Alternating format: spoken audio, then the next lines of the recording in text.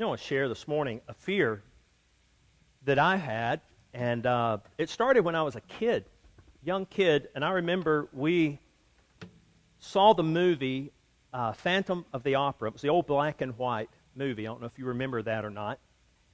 And I remember as a kid, I don't remember much of anything about the movie, but I remember one particular scene of the movie, and that was where this lady was in her apartment, and she pulled the curtain back one night, and it was kind of stormy, and she pulled the curtain back, and the Phantom was standing right at the window. She saw this monster or whatever he was. She saw him, and she just, she fell out on the floor. You'll never know what that did to me as a child. And I blame my mother. No, I'm just teasing. I had this phobia growing up from that one scene in the movie about pulling a curtain back at night and looking out the window. Crazy, isn't it? But I did. I was always afraid if I pull that curtain back, there was going to be some kind of monster on the other side of this window. And I carried that for a long time as a kid, as a teenager. Finally, we got married. We moved into our first home, which was a duplex. And in the back of our duplex, in the dining area, or the den, the back of it had some sliding glass doors that opened up into a big field, which all the duplexes shared, and some pecan trees. And my custom was, as a child, this all stemmed from that, my custom was to go in every night that we would get home from whatever we were doing. I would walk straight to the sliding door, I would pull the curtains back, flip the light on, look out on the patio, make sure everything was okay, door was still locked, all that, and then go on about our business. And I did this repeatedly until one night we came home from a student event late at night.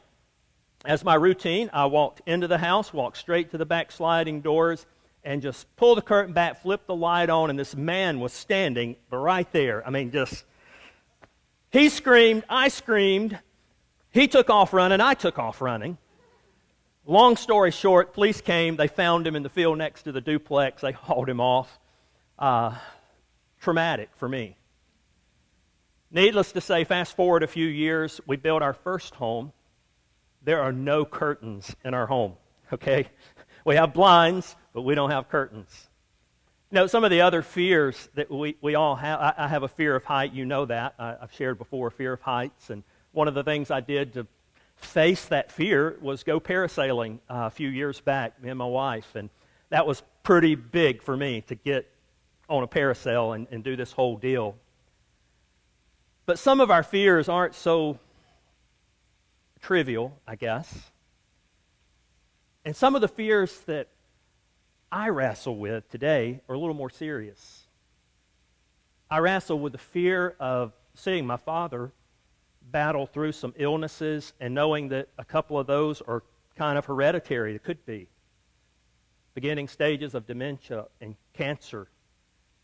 And I wrestle with that fear of, could it be me one day? I wrestle with fears over, when I get to the retirement age, is there going to be enough there to really retire? And these are some of the fears that I struggle with. Most of us, our fears, and you brought the cards last Sunday, the little card that said, my greatest fears, and you listed your greatest fears and just placed them up here. And there were no names on them, so nobody knew whose was what. But I picked those up, and I carried them back to the office, and I sat down the first of the week, and I just started going through the fears. And I found something in common with almost every single fear that was listed. Almost every single fear was of future events. Things that have not yet happened. Things like not having enough money when we retire. Things like old age.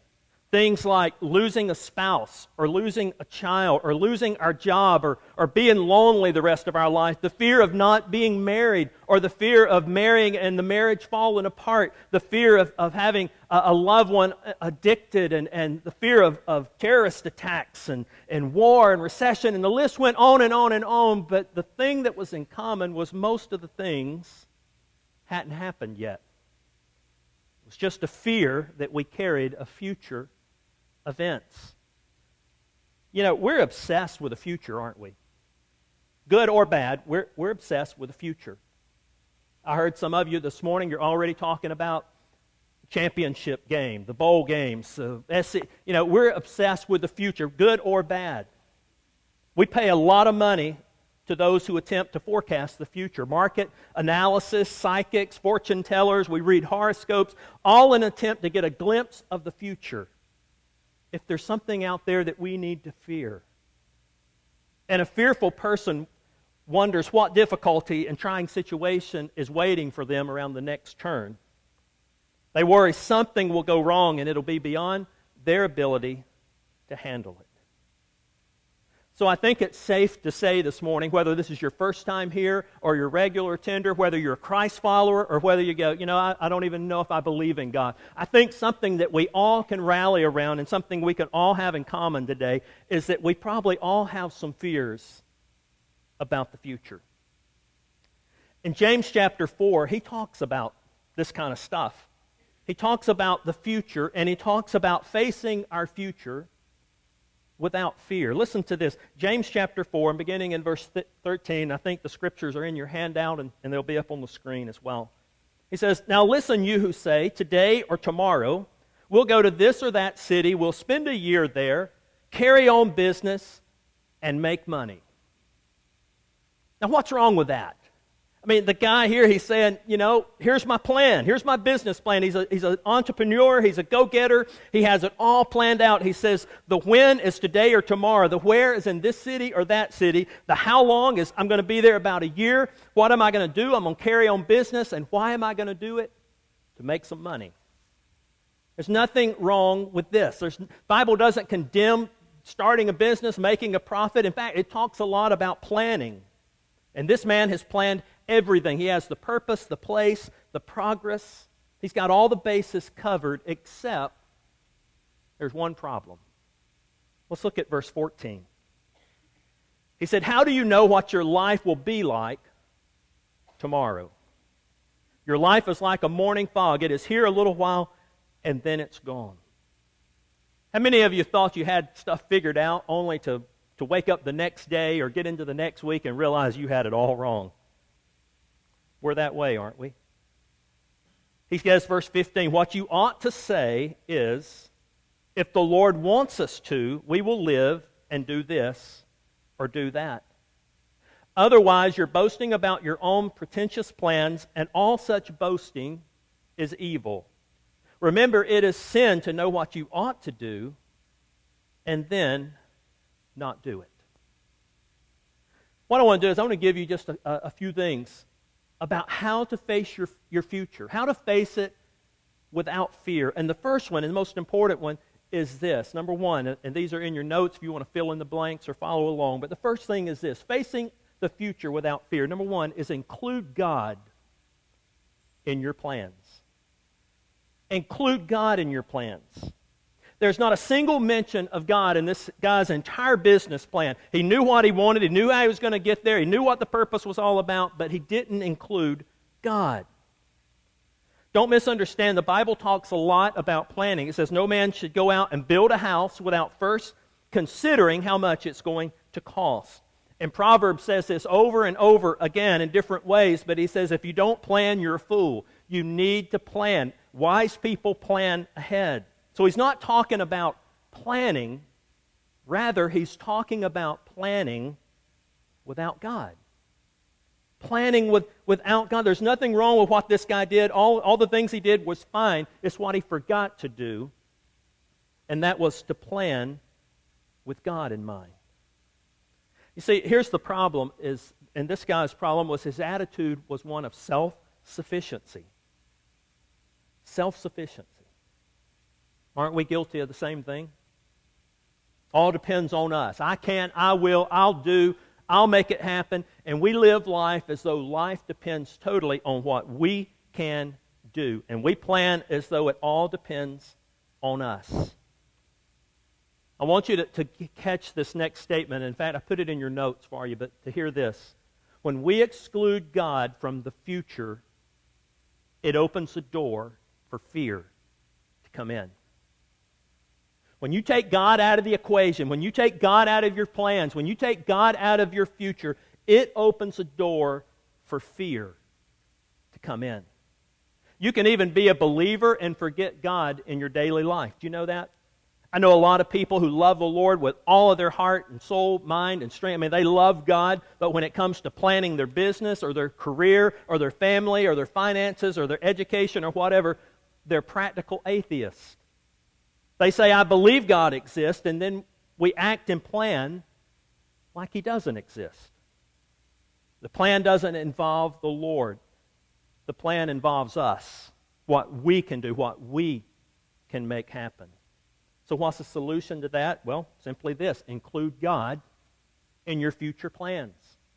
Include God. Factor God into the future of your life. Verse 15, he said instead of living life like it all depends on me and if it's going to happen, it's up to me.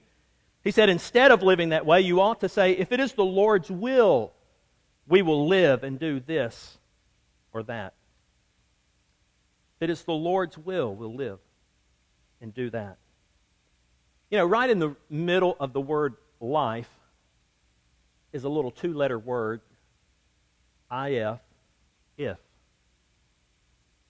Isn't it true that when we start looking at our future, thinking about tomorrow, next week, next year, retirement or whatever, it's a little iffy, isn't it? A little iffy. We don't have a clear picture. I don't know what's going to happen tomorrow, and you don't either.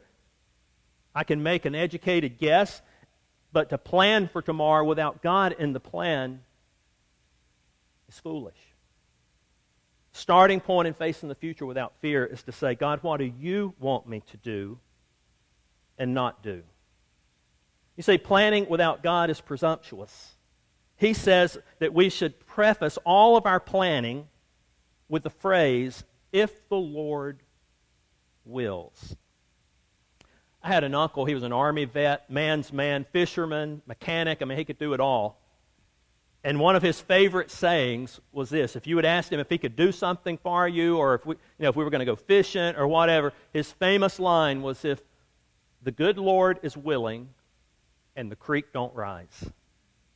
Now, I have no idea what the creek part of that was about. I mean, there wasn't a creek around his house, but he would always make that line, the good Lord willing and the creek don't rise, we'll do this or we'll do that tomorrow. Well, he got part of that right when he said, if the good Lord is willing. It's interesting, early Christians for hundreds of years would write the initials D.V. on any correspondence that they had. If they were writing a letter, they would sign the letter, and then by their name they would put these initials, D.V. D.V. It was a Latin phrase, and it was for Dio Valenti. Dio Valenti, which meant Lord willing. Lord willing. Kind of the way we should live our lives, don't you think? Our response to life, it's okay to plan, it's okay to make plans for the future, but put God in your plan. If the Lord wills, we will do this, or we will do that. Proverbs 16:1, a couple of scriptures here, I've put them in your notes. He said, we will make our plans, but God has the last word.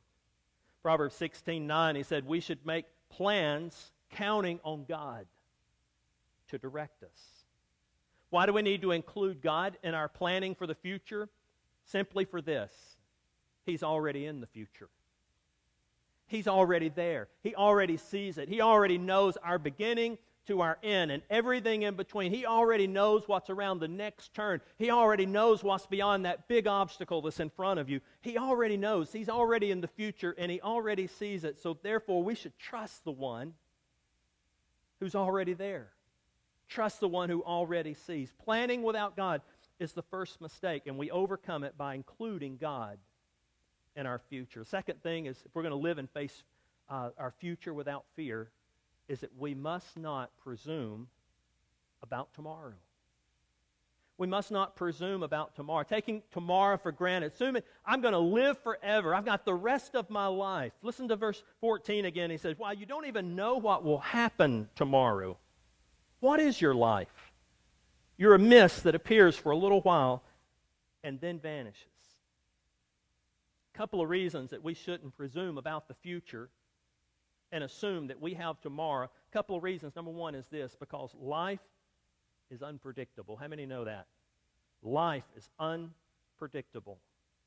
Things come out of nowhere. They blindside. Things that we never counted on. Life is unpredictable. He said, you don't even know. None of us know what's going to happen tonight, let alone tomorrow or next week. We may have a good guess, but we don't know for certain.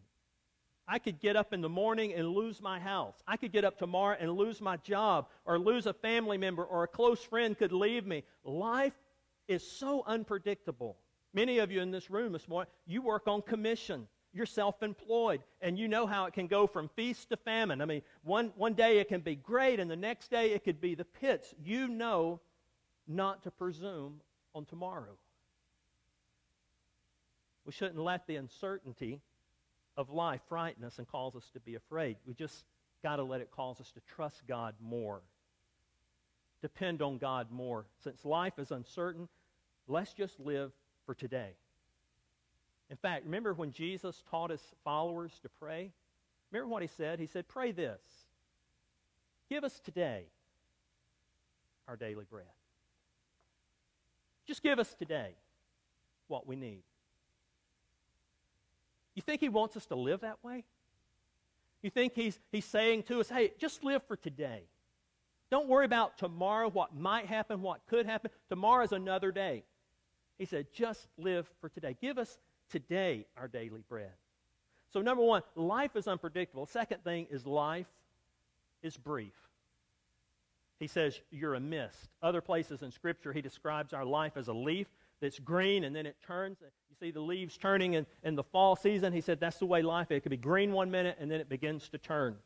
The grass, it's green, then it turns brown. Shadows, they appear in the late evening, and when the sun goes down, they're gone. Life is like a vapor. He said a fog. It's heavy fog in the morning, but by mid-morning it's burned off. He said that's the way.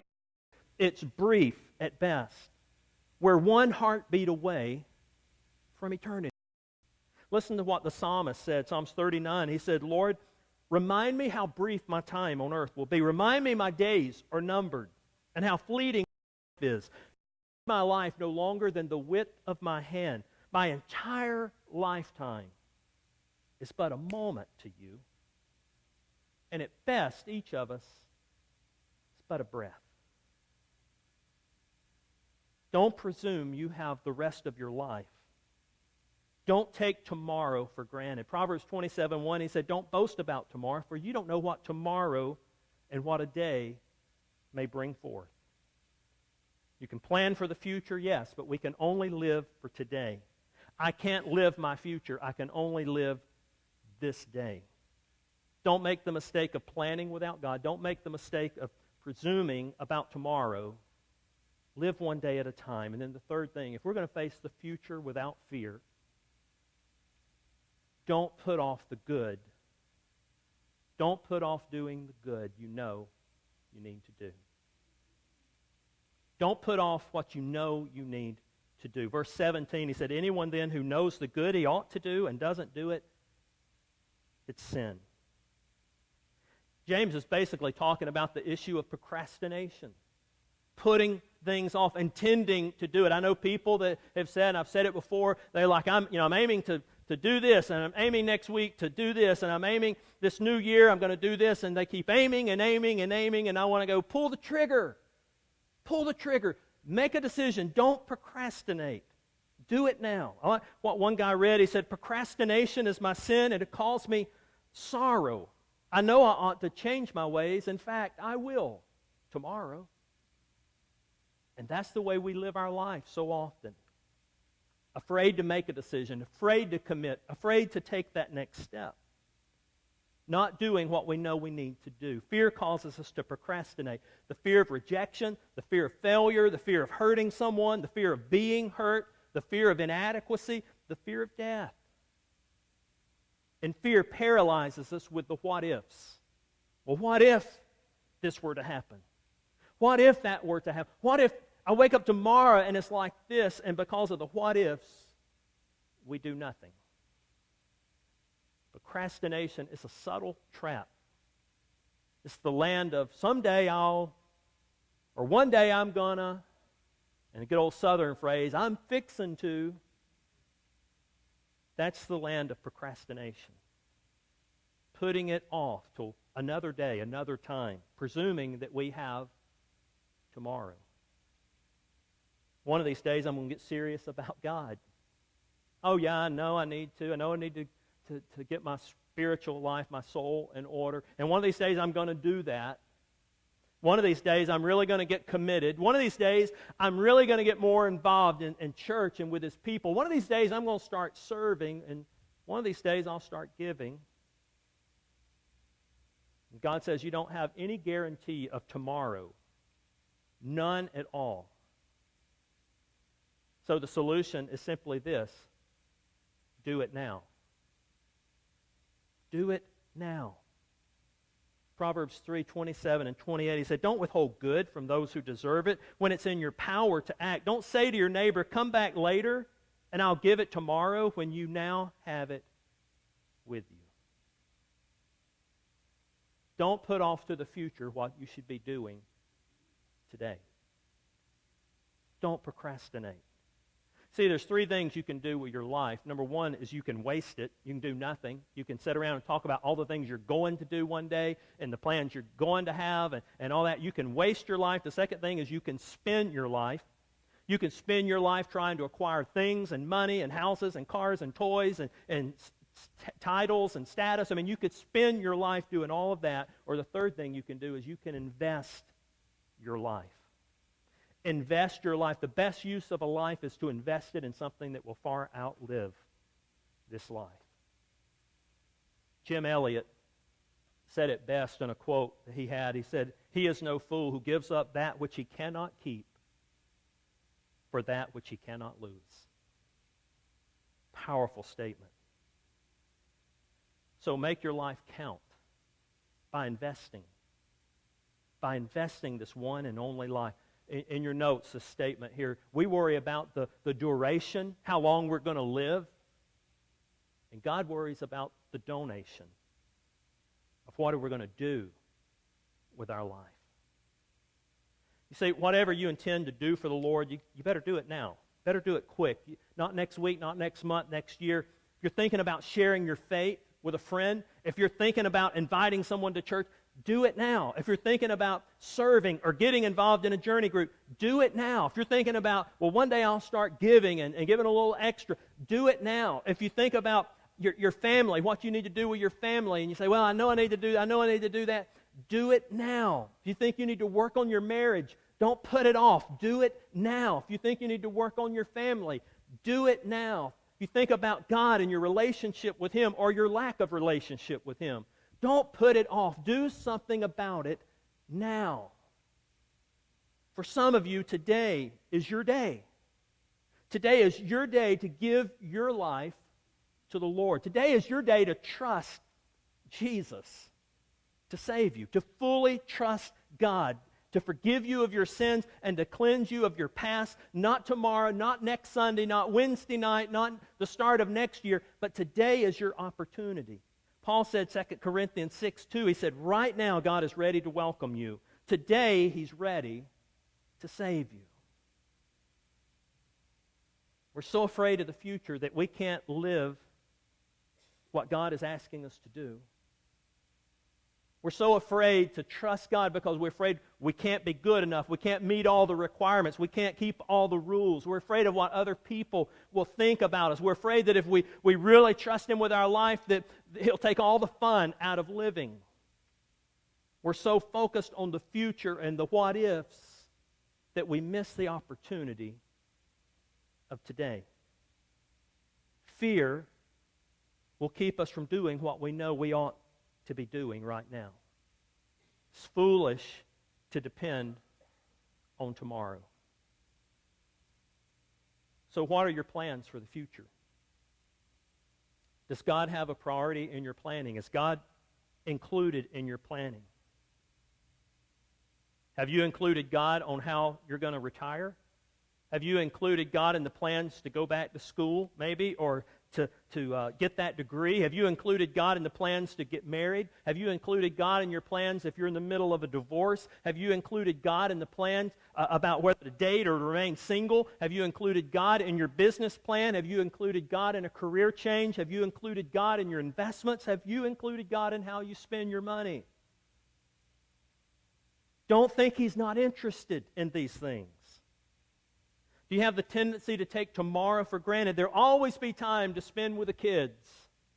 There'll always be time to work on my marriage. There'll always be time to get serious about God. What starts as a temporary condition usually becomes a permanent lifestyle for us.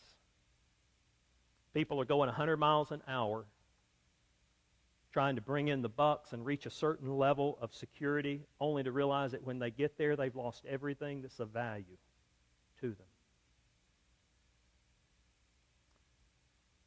If you only had today, how would you spend it? If you only had today, what would you do? If you knew today was the last day, how would you invest it? What would you do about your life? What would you do about your marriage? What would you do about your children? How would you invest your life? How will you face the future? Will you face it with fear, or will you face it with confidence? Many people today, and many in this room right here, you're fearful about the coming presidential election. You're fearful about our government, our nation. Some are fearful about school shootings, public shootings that we've seen so rampant. Some are fearful about terrorists. Some are fearful today about your health, about a disease or a lump or a knot that's been found, or a diagnosis that's been given, or a test result. And maybe you're here today and you're fearful about something hereditary that's in your family, and you're going, I'm afraid it's going to come to me. Others here, you're fearful about if you'll be able to retire, how you'll be able to retire. Other people in the room, you're fearful about your children. You're fearful about their future. Others are fearful about a family member, an addiction, or something that you see as destructive in their life, and you're fearful for the outcome. Some are fearful of spending the rest of their life alone or losing a loved one. Your fears of the what if are consuming your thoughts, and they're robbing you of the joy and blessings of today. I remember growing up and hearing a song that was sang quite often at church and different times.